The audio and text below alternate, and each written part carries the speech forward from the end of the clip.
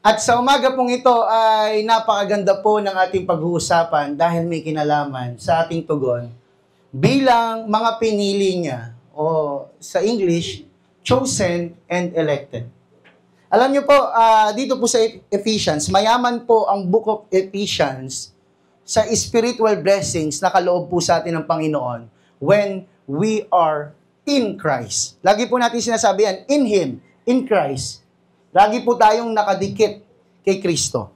And here, makikita po natin, sinabi po ng inyo pong mga pastor, ng ating pong mga pastor, that we are chosen, kailan po? Before the foundation of the world.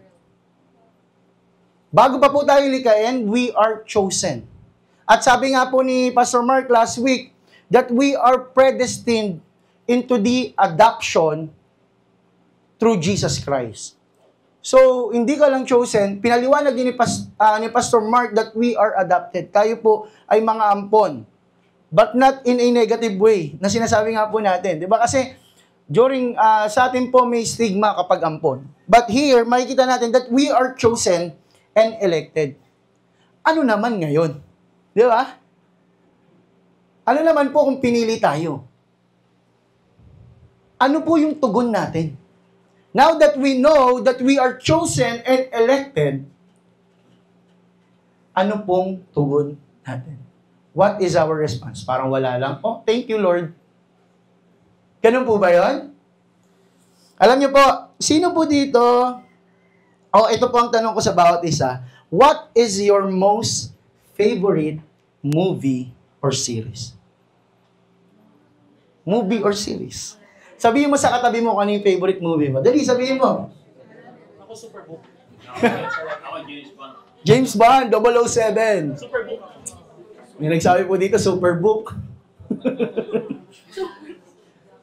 What is your most favorite movie or series? Alam niyo po ba, sabi ng IMDb, yung IMDb po, it is the Internet Movie Database na kung saan nagbibigay sila ng statistics, ng information about movies, TV, or video games. At sabi nila, these are the top 4 movies of all time.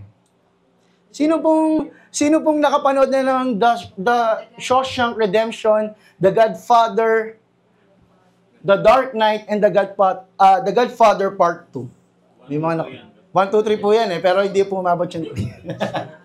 And then, ang alam ko po, 5 or 6 po yung movie na Inception. Sino po nakapanood ng Inception? Yan, mga magagandang movie po yan. Pero sabi nila, when we find something na delightful, when we find something that is beautiful, or we experience something and really enjoy it, kapag napanood mo yung isang movie at talagang nag-enjoy ka, anong ginagawa mo? Ina-appreciate mo yung movie. Diba? So, uy, ang ganda nung Hello, Love Again. Hindi ko po alam kung sino pong nakapanood na po nun. Pero, bahala na po kayo. Uy, ang ganda nung bagong palabas ngayon, napanood mo na. Diba ganun tayo? Uy, napanood mo na yung Tapos yung mga Pinoy pa naman po, spoiler talaga. Kahit sa Facebook po, di ba? Pag may nakapanood na, may nag-i-spoil talaga. Kaya minsan po ako, naiinis din po ako kapag may nag-i-spoil po sa Facebook Hindi po nila maiwasan. O kaya sabihin mo naman, uy, ang ganda naman ng suot mo. Di ba? O kaya naman, uy, ang galing mo naman kumanta. So, na-appreciate mo yung isang bagay kapag maganda, kapag na-enjoy mo. Tama po ba o tama? Kapag kumakain po tayo sa labas, sa isang masarap na restaurant, di ba? Anong tinitignan natin lagi? Yung pagkain. Ang sarap ng pagkain. Pangalawa, ano po? Yung service. Uy, nakangiti yung mga yung mga nag-serve ng food. Hindi po dun sa nakainan po namin. Hindi ko na po babanggitin kung ano po yon. Pero nakailang taas ka na ng kamay, hindi ka pa rin pinapansin. Parang maski ikaw, di ba? May nagbabanggit po dun ng Anyway, mga kapatid, yung appreciation po, binibigay natin once we enjoy something. Tama po ba? Once we find something beautiful. Sabi po ni C.S. Lewis, si C.S. Lewis po, kung alam niyo po yung The Chronicles of Narnia, Siya po ang writer po nun. And hindi lang po siya author, kundi siya rin po ay theologian. So, hindi lang po siya basta author. Ang sabi niya, I think we delight to praise what we enjoy. Because the praise not merely expresses but completes the enjoyment, its appointed consummation. Yung sukdulan daw ng enjoyment po natin ay nakikita sa ating pong pag-appreciate sa bagay na yun. Kaya pagka ano po, di ba, hindi ganun kaganda yung movie, hindi ganun kasarap yung pagkain. Ay, pag sa pagkain, hindi na ako babalik dyan at haray ng mga nagsiserve. Hindi man lang ako pinansin. So, hindi mo na-appreciate kasi hindi mo na-enjoy. Okay, yung movie, ay, bakit ganun? Hindi naman ganun yung gusto kong mangyari. Hindi mo na-enjoy. Kaya, ay, hindi maganda yung movie. Parang, biglang bumagsak, biglang nag-subside yung yung climax. Sabi pa po ni C.S. Lewis, nandito po sa aking notes, if it were possible for a created soul to fully appreciate, that is to love and delight in, the worthiest object of all, and simultaneously at every moment to give this delight perfect expression, then that soul would be in supreme blessedness. Yung supreme blessedness, yung tunay daw pong pagpapala, ang sabi ni C.S. Lewis ay nakikita kung paano mo i-appreciate yung mga bagay-bagay sa buhay mo. The supreme blessedness is on how we appreciate things around us. Kahit yung mga bagay na maliliit, mga bagay na malalaki, when we learn how to appreciate, we will see how blessed we are. Amen po ba? Appreciation is the result of heart's joy and gratitude. So dahil nag-uuma po yung joy and gratitude mo, lalabas po yung appreciation. Kusa pong lalabas yun. So let's dive deep mga kapatid. Two things we need to understand today as we reflect the truth of God's Word. That we are elected and chosen, and what is our response to that revealed Word of God? Dalawa po ang magiging tugon natin. Na tayo ay pinili, tayo ay mga anak ng ating Panginoong Diyos, we need to learn to appreciate and praise this Bible truth. Hindi po, pag narinig po natin ngayon, parang lumabas lang sa kabilang tenga po natin at nakalimutan po natin. Dapat in every time, in every second minute of our lives, tayo po ay nag-appreciate sa Panginoon. Sabi nga po dito, our joy is no more separable from the praise in which it liberates and utters itself than the brightness a mirror receives is separable from the brightness it sheds. Ano pong ibig sabihin nito? Yung kagalakan at yung pagpupuri, hindi mo mapaghiwalayan. So, kaya nga po, out of the abundance of the heart, the mouth speaks. Amen? So, if you are joyful at nararamdaman mo yung kagalakan ng Diyos, lalabas po yan. Makikita po yan sa buhay po natin, hindi lang sa pananalita, kundi sa buhay po natin. Kaya, dito po sa Ephesians chapter 1 verse 6, ano po ito parang mini conclusion po nung chapter 1, nung verse 1 to verse 5. Mini conclusion siya kasi ito po yung magiging tugon natin dun sa mga blessing na sinabi ni Pablo. Tignan po natin verse 1. Mga Bible po natin ay buksan natin dahil wala po dyan sa screen. Ephesians chapter 1 verse 1, mula kay Pablo na apostol ni Kristo Jesus ayon sa kalooban ng Diyos para sa mga hinirang ng Diyos, chosen, at tapat na sumasampalataya kay Kristo Jesus. Sumainyo nawa ang kagandahang loob at kapayapaang mula sa Diyos na ating Ama at sa Panginoong Hesukristo. Verse 3, mga kapatid, purihin ang Diyos at Ama ng ating Panginoong Hesukristo. Ano po yung pinagkaloob niya? Pinagkalooban niya tayo ng lahat ng pagpapalang espiritual na nagmumula sa langit dahil sa ating pakikipag-isa kay Kristo. Bago palikain ng sanlibutan ay pinili na niya tayo upang maging Kanya sa pamamagitan ng ating pakikipag-isa kay Kristo at upang tayo'y maging banal at walang kapintasan sa harap niya dahil sa pag-ibig ng Diyos. And in verse 5, pinili niya tayo upang maging anak niya sa pamamagitan ni Jesucristo ayon sa kanyang layunin at kalooban. Ilang beses pong inulit dyan yung salitang pakikipag-isa kay Kristo. Nakita po natin, di ba? Inuulit-ulit. It is only in Christ, mga kapatid. So, ano po yung dapat po nating maging tugon? Number 1 is appreciate the depth of God's love. Sabihin mo nga sa katabi mo, appreciate. Appreciate mo naman yan. Baka minsan hindi na po natin na-appreciate yung asawa natin, yung kaibigan natin, yung kapatid, yung mga mahal natin sa buhay. Diba? Nangangailangan din yan ng mga, anong tawag po doon sa love language na words of affirmation. Diba? Tama po ba? Kailangan po nating maintindihan the person of Jesus Christ. Kilala po ba natin si Jesus? Tatanungin ko po kayo, kilala niyo po ba si Jesus? Sure po kayo? Yan. Praise God. Sabi dito, He is the only begotten Son of God, eternally one with and loved by the Father.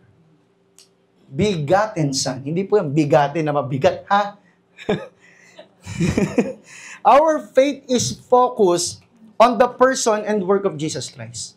Kaya kailangan alam po natin kung sino si Jesus at kung ano po yung ginawa niya. Dapat malinaw po sa atin yun. Kasi yung ibang mga pananampalataya, yung ibang mga paniniwala, may konsepto din po sila ni Jesus. May konsepto din po sila. But here, makikita po natin, yung word na begotten, yung phrase na only begotten, sa Greek word po niyan, monogenes. Sa English translation, one and only. So, medyo hindi siya ganun nabibigyan ng justice. Yung word na begotten. When we say begotten, dalawa po ang meaning. At yung meaning po na binanggit ni John dito is, and I quote, pertaining to being the only one of its kind or class, unique in kind. So, bakit po sinabi to ni John? Para po maunawaan po natin yung fourfold gospel. Ano po yung gospel? Matthew, Mark, Luke, John. Review po tayo, Matthew, Mark, Luke, John. Sa apat pong yon, si John lang pong naiba ng kanyang style of writing. At sa Book of John, ang gustong i-emphasize, ang gustong bigyan ng diin ni John, that Jesus is the Son of God. Sinabi po sa Ephesians chapter 1, verse 5, balikan po natin, that we are adopted sons and daughters of God. Tama po. But Jesus is the Son of God. When we say Son, or when we say begotten, only begotten, ibig sabihin, unique of its kind. Hindi po natin kauri. Yun yung gustong sabihin ni John sa kanyang mga recipients. Sinasabi niya that monogenes is sharing the same divine nature as God. Para i-differentiate kung sino si Jesus at kung sino tayo. Nagets po natin yung word na yun. Hindi pag sinabing anak ng Diyos, tayo anak, parang kapatid po natin ang ating Panginoong Jesus. Hindi po ganun yun. O kaya, parang itinaas lang po siya ng Panginoon. Hindi po ganun yun. Sabi po dito, Jesus is the Son of God and He uses monogenes or the only begotten to highlight Jesus as uniquely God's Son. That's the person of Jesus Christ. But other religion will say, sabi ng Judaism, Jesus was a teacher. Sabi ng mga Hudyo, until now, both ancient and modern Jews typically accept Jesus was a rabbi. They accept that Jesus is a teacher, was a teacher. Although they would deny He is the Messiah. They still deny up until this moment. Islam, they also revere and respect Jesus Christ. Islam revere, ang Muslims, they revere and respect Jesus Christ. Why? Islam affirms Jesus, known as Isa or Iesa, was one of God's most important prophets, and Zachariah and Yahya and Ieza and Elias, each one of them was of the righteous. So, sa kanila, meron silang konsepto at paggalang kay Jesus. Hinduism. Madalas po na or most dominant po na religion ng mga Indians. Sa kanila po, Jesus was a holy man. Jesus was a wise teacher and Jesus is a God. Sa dami po nilang God, 33 million gods, isa po si Jesus sa gods po nila. So meron silang konsepto. And Buddhism believe Jesus was an enlightened man and a wise teacher. Ano pong pagkakapareho po ng mga ito? They have concept, they have idea of who Jesus Christ is. Pero hindi po yung full extent nung person ni Jesus Christ. We believe that Jesus is the Son of God. Amen? But to them, He is just a teacher, a prophet, holy man, enlightened man. The person of Jesus Christ, mga kapatid, Jesus, may importante po na malaman po natin, kaya ako sinasabi ngayon sa inyo to, yung tunay na Jesus, kasi hindi mo ma-appreciate ng tunay yung pagmamahal ng ating Panginoong Diyos. When you don't know the true Jesus. The person of Jesus Christ. Jesus Christ is the God-man. He is fully God and fully man. Jesus' humanity is significant because there is no remission of sin. Walang pagpapatawad sa kasalanan if Jesus is not truly man. Kung hindi totoong tao ang ating Panginoong Hesus, useless yung dugong itinigis sa cross. Without the shedding of the blood, there's no remission of sin. Kaya ganun po ka-importante that Jesus really is a human. If Jesus were not truly God, kung hindi po tunay na Diyos ang ating Panginoon, then He would have sin of His own. So, hindi siya magiging perfect sacrificial lamb. Ang kinukuha po sa Old Testament ng mga hayop para ialay sa templo, sa tabernakulo, ay yung mga perfect, spotless, blameless. Ng mga tupa, ng mga hayop. At yun po yung konsepto. If He is not truly God,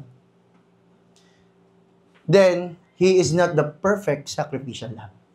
Imagine niyo po, doon nakasalalay yung ating faith kay Jesus Christ. Kaya sabi ko po kanina, let's dive deep. Kasi ang pag-aaral pong ito ay malalim po talaga. As the God-man, Jesus Christ is the perfect lamb. Sabi nung nakita po ni John the Baptist sa Marcos 1:29 or sa John chapter 1 verse 29, si Jesus Christ, behold, ano po? Sino po nakakaalam? Sabi po dito, behold, the Lamb of God who takes away the sins of the world. Sabi po ni John the Baptist, kahit siya, hindi siya worthy para tanggalin yung panyapak ni Jesus. Tapos babautismohan niya. Ganun po yung paggalang niya kay Jesus Christ dahil alam niyang si Jesus ay Diyos. Amen? Pero tayo po, kung baliwalain po natin si Jesus Christ, kung paano po natin gamitin lang siya sa walang mga katuturang bagay, imagine niyo po, mga kapatid. Also, essential to trusting in the person and work of Jesus Christ is a belief in His divinity and supremacy. If Jesus were not God, He couldn't provide salvation. If Jesus were not fully God and were not fully man, yung sacrifice niya is insufficient. Kulang. Kung hindi po siya totoong Diyos at totoong tao. Hindi po yung pag sinabing God-man, truly God, truly man, parang sa Greek mythology na parang demigod. Na 50% tao, 50% Diyos. Hindi po ganun, mga kapatid. Sometimes it is hard to comprehend yung truth ni Lord, pero mananatili po siyang truth. The work of Jesus Christ. Sabi po dito, though Jesus enjoyed perfect fellowship with the Father, He humbled Himself by becoming a man and dying on the cross This demonstrates His immense love for us. The work, kanina po sinabi natin the person of Jesus Christ. Who Jesus is. He is the Son of God. And here, ano po yung work ng ating Panginoong Jesus? Though He enjoyed yung perfect fellowship with the Father, ano pong ginawa niya? Philippians chapter 2, verse 5 to 11. He emptied Himself. The God incarnated. The God in the flesh, si Jesus Christ. Without His work, and the representation of His work is the cross, there's no remission of sin, mga kapatid. Meron pong story, pangalan niya po ay si Warren Weinstein. Yan po si Warren Weinstein. He is an American aid worker and economic advisor. Na-hostage po siya way back 2011 ng 8 Al-Qaeda men. Na-hostage po siya sa Pakistan, if I'm not mistaken. And in 2015, he was killed in an errant drone strike targeted against Al-Qaeda operatives. Hindi po Al-Qaeda, sorry. Hindi po Al-Qaeda yung pumatay sa kanya, kundi American drone strike. Siya po ay hostage. At ito pa po mga kapatid. Noong 2012, yung kanyang asawa, yung kanyang pamilya, ay nakipag-negotiate sa Al-Qaeda. If you know the story. Nakipag-negotiate po sila. In 2012, nababayaran po yung Al-Qaeda para i-release po si Warren Weinstein. I-release siya for 250,000 or 14 million pesos. So, nagkaroon po ng parang middleman, Pakistani government, middleman, para sa Al-Qaeda, and then ito pong asawa or pamilya po ni Weinstein. Naibigay po yung pera, noong 2012. Pero, hindi po nakalaya si Warren Weinstein. Yung asawa po ni Warren Weinstein, nagtiwala eh. Sige, sabi ng sa Al-Qaeda, bigyan mo ako ng 250,000. Papakawalan ko tong si Warren.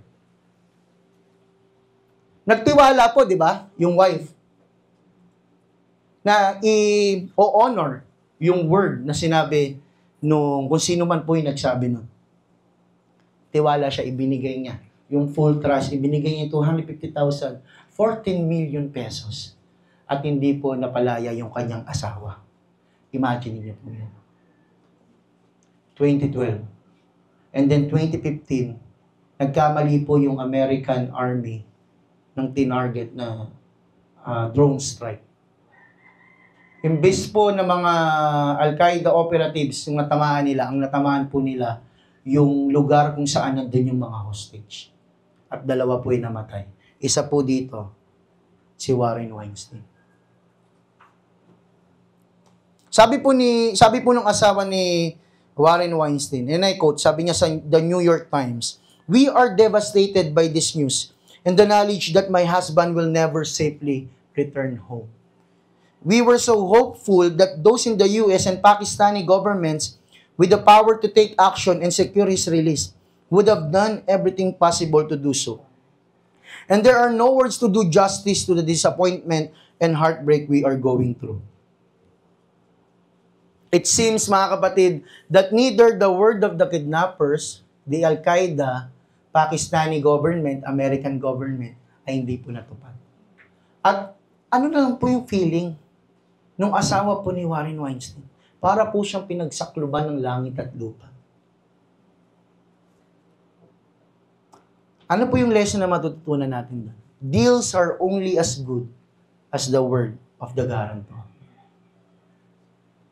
Kasi pwede mong pagkatiwalaan eh. Kaya po maraming nai-scam ngayon eh. Tama po?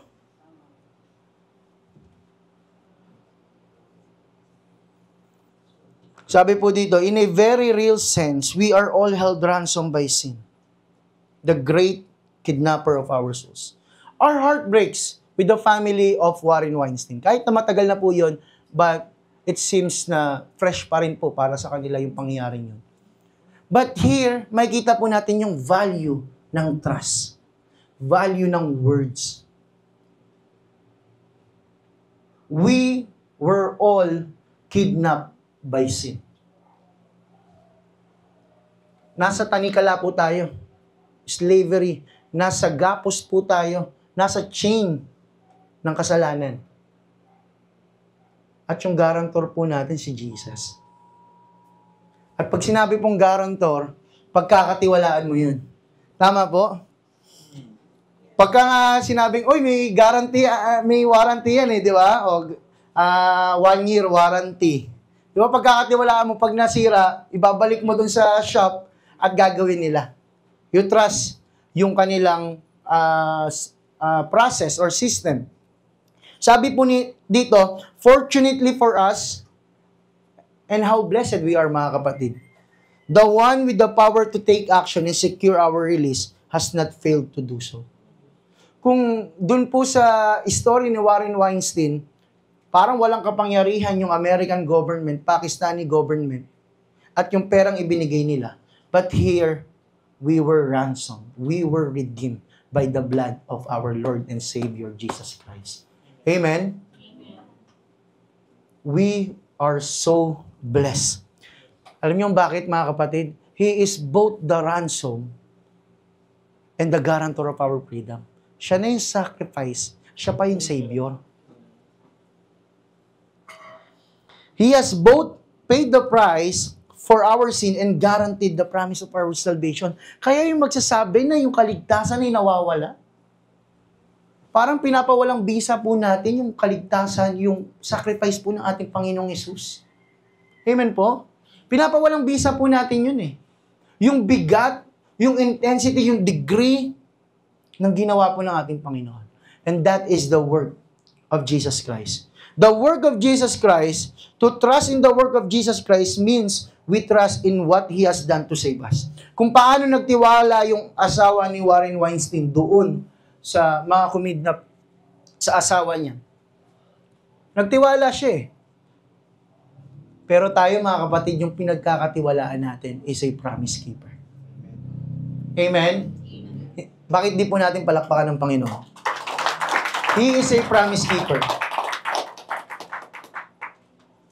Sabi po dito, 1 Timothy or unang Timoteo 2:6, inihandog niya ang kanyang buhay upang tubusin ang lahat mula sa kasalanan. Ano pong sabi sa Romans chapter 5 verse 8?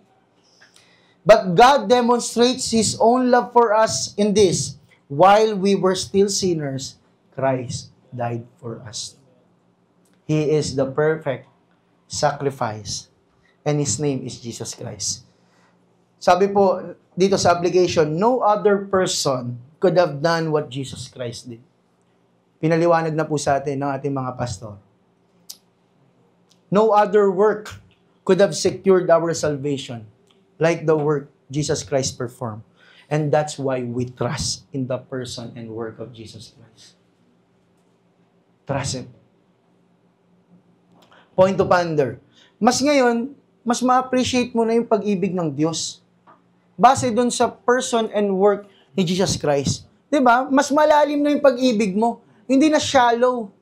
The love of God is on display as the Son empties Himself by taking on human flesh. Pwede niya namang hindi gawin eh. Pero ginawa niya pa. Pwede niya namang hindi gawin eh. The ultimate height of salvation is that God loves humanity as He loves the Son because they are united. United, the beloved or in the beloved. Alam niyo po kung paano tinitignan ng Diyos ang ating Panginoong Hesus, kung gaano niya kamahal ang ating Panginoong Hesus. Ganon din yung pagmamahal niya doon sa mga taong nakikristo. Imagine niyo po yun. Kung paano niya tinitignan at gaano niya kamahal si Jesus, ganon din po yung pagtingin at pagmamahal niya doon sa mga taong nakay Kristo. Ang bigat po nun, mga kapatid. The same God who loved Jesus Christ, mahal din ako katulad ng kay Kristo. I am undeserving, I am unworthy, pero mahal niya ako. And that's the fact, mga kapatid. Number 2, last point po natin for this morning. Praise God for His glorious grace. Kanina appreciate, ngayon praise. Saan po natin siya ipipraise? Sa kanyang glorious grace, sa kanyang glory. The revealed glory, the glory of God is revealed through His Son, Jesus Christ. Sabi po ng John chapter 1 verse 14, the Word became flesh and made His dwelling among us. We have seen His glory. We have seen the glory of God in Jesus Christ. The glory of the one and only Son who came from the Father, full of grace and truth. Pag sinabi po natin glory, ito po yung tinatawag na splendor, yung beauty. Yung pagkakaroon ng kinang ng isang bagay. That's glory, yung beauty ng isang bagay. And here, it is not aesthetic beauty or material beauty, but the beauty that emanates, yung nagre-radiate from His character. The glory of man, sabi po dito, human dignity and honor. Yung glory of man, para masabing you are glorious, is through fame, tama po ba? Through kasikatan, yung dignity, yung honor, but it all fades away. But the glory of God is manifested in all His attributes and will never pass away. It is eternal. Pangalawa po mga kapatid, the richness of His grace. Grace is God choosing to bless us rather than curse us as our sin deserves. It is His benevolence to the undeserving. And that's the real grace. Hindi niya ginawa yung ginawa niya sa cross dahil mababait tayo. Dahil we deserve it. No. Sabi po dito, the word translated grace in the New Testament comes from the Greek word charis, which means favor, blessing, kindness. God gave us favor, kindness, blessing. Pwede tayong mag-extend ng grace to someone. Pwede po tayong tumulong, tama po? But the ultimate giver of grace is God. God shows both mercy and grace. Pag sinabi po natin mercy and grace, hindi po siya magkatulad, mga kapatid. Baka akala po natin synonymous word siya. Sabi po dito, ng ilang commentary, mercy withholds a punishment we deserve. So, isinasantabi yung punishment na para sa atin. But grace gives a blessing we don't deserve. Sabi nga po, lagi pong illustration ng mga pastor, kapag kami nagkasala sa'yo, may nagnakaw sa'yo, mercy kapag hindi mo na siya ipapakulong. That's mercy. Sa madaling sabi. Pero yung bibigyan mo pa siya ng trabaho, ayusin mo pa yung buhay niya, that is grace. You go beyond. Sabi po dito, in mercy, God chose to cancel our sin. That's mercy. Yung mga pagkakasala mo, okay, debt-free ka na. That's mercy. But He goes even further than mercy and extend grace to His enemies. But to the point na ikaw ay kaaway ng Diyos, sabi ng Romans 5:8, we were still sinners and Christ died for us. That is grace. He offers us, ano po yung nilalaman ng word na grace? Ito po mga kapatid. He offers us forgiveness, reconciliation, abundant life, eternal treasure, His Holy Spirit, and a place in heaven with Him someday when we accept His offer and place our faith in His sacrifice. Kaya sabihin mo sa katabi mo, bless ka. Bless po tayo mga kapatid. Minsan di lang po natin alam eh. Minsan, di po natin maintindihan that we are blessed. Sino po dito yung mahilig mag-My Day? Sila. Pakita nyo nga po yung sa next. Pagka sa Facebook, yung nakikita nyo po dito, My Day po yan. Yung nakikita nyo po na hindi na po My Day, My Life na eh, no?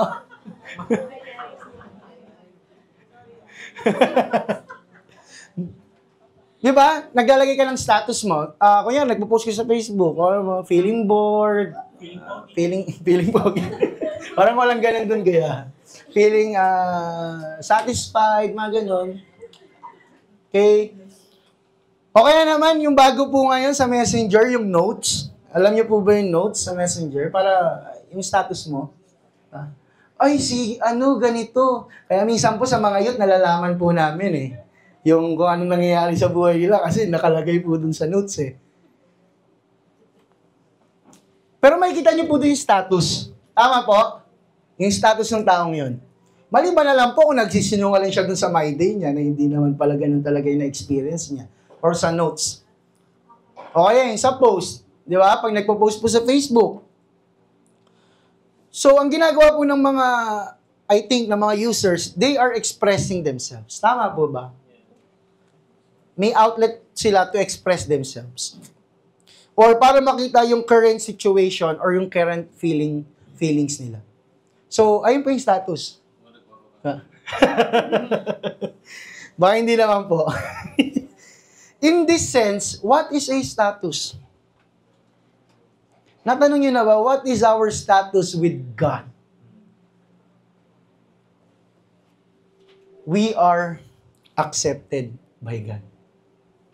Parang lagi po nating naririnig yung word na accepted, tama po? O, tanggap ka na sa trabaho, yes!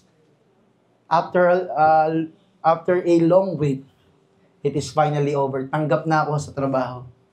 After 1 month, nagre-reklamo ka na, bakit pa ako pumasok dito sa trabaho mo? Tama mo yung trabaho mo. But, ito po mga kapatid, the word accepted in the Greek, yung word na grace, sabi ko po kanina, charis, di ba? Yung word na accepted, mga kapatid, it is just a parang derived from the word grace. Comes from the Greek word karito and means to be highly favored. Kinikilabutan po ako, mga kapatid, no? Highly favored. Yun yung status mo kay Lord. Amen? Amen. Bakit ganun po yung tingin natin sa ating mga sarili na parang, kawawa naman ako, wala akong ganito, wala akong ganyan.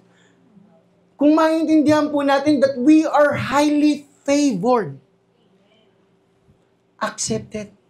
Ano pa po? To peruse with grace, compass with favor, and see to honor with blessings. Pero bakit ang tingin po natin lagi sa ating mga sarili, kawawa naman si ako. Kawawa naman ako.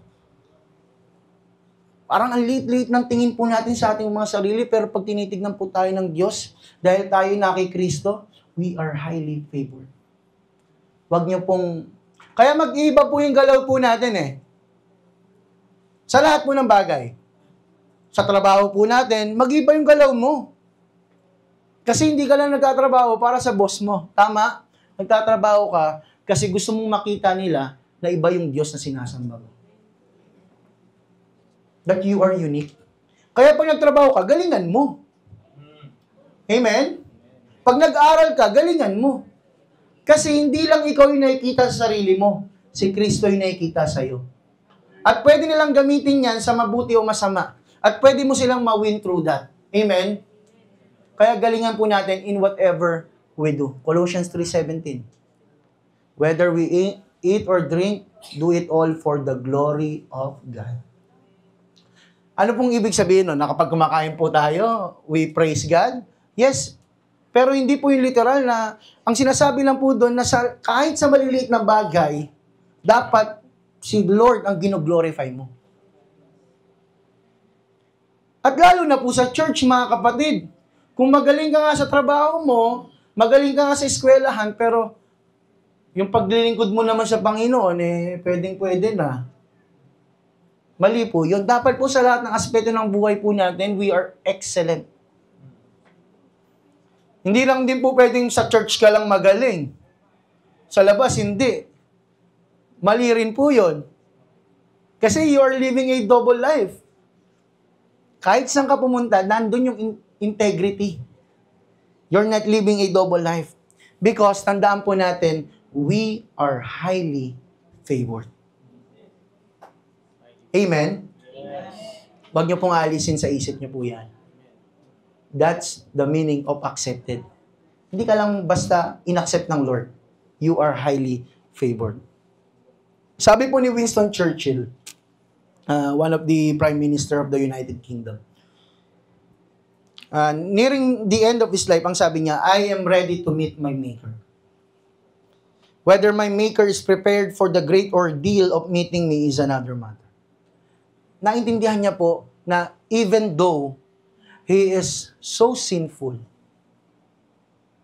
alam niya po ng ating Panginoon ay handa siyang tanggapin. Why? He is in Jesus. He is in Christ. Madalas po, ang tayong mga Pinoy, once na magkasala po tayo, kahit tayo mga Kristiyano na, ay baka parang, kailangan ko bumawi kay Lord, parang nabawasan yung kaligtasan ko. May ganun po ba tayong moment sa buhay po natin na parang, oops, parang hindi na ako kayang tanggapin ni Lord Kasi nagkakasala ako. Ganun po ba yung pagtingin ng Diyos? Point to ponder. Do you ever feel like you are just too much for God? Huwag niyo pong sabihin sa katabi niyo, sa sarili niyo lang po. If He only knew you, if He could only see the mess that you are, the things you've done, surely He'd never want to deal with that, to accept you. Kung tayo po, mga kapatid, marami siyang ginawa sa aking mali Niloko niya ako, trinaydor niya ako. Ganun po lagi ang po natin Di ba? Niloko niya ako, paano ko siya papatawarin? Kung sabihin din po sa iyo ng Panginoon,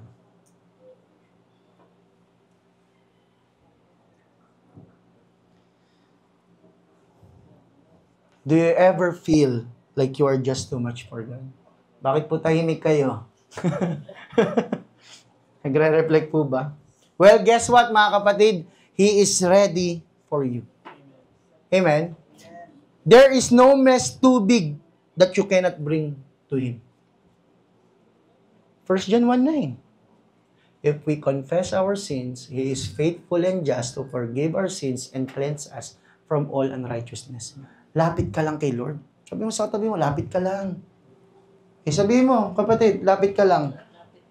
Huwag mo sabihin, gising na, ha? Lapit ka lang. There's no sin that He will not swallow up in forgiveness, in mercy and grace. Sabi ng John chapter 6 verse 37, all those the Father gives me will come to me, and whoever comes to me, I will never drive away. Hindi niya pagtatabuyan ang lahat ng lumalapit sa Kanya. He will entertain.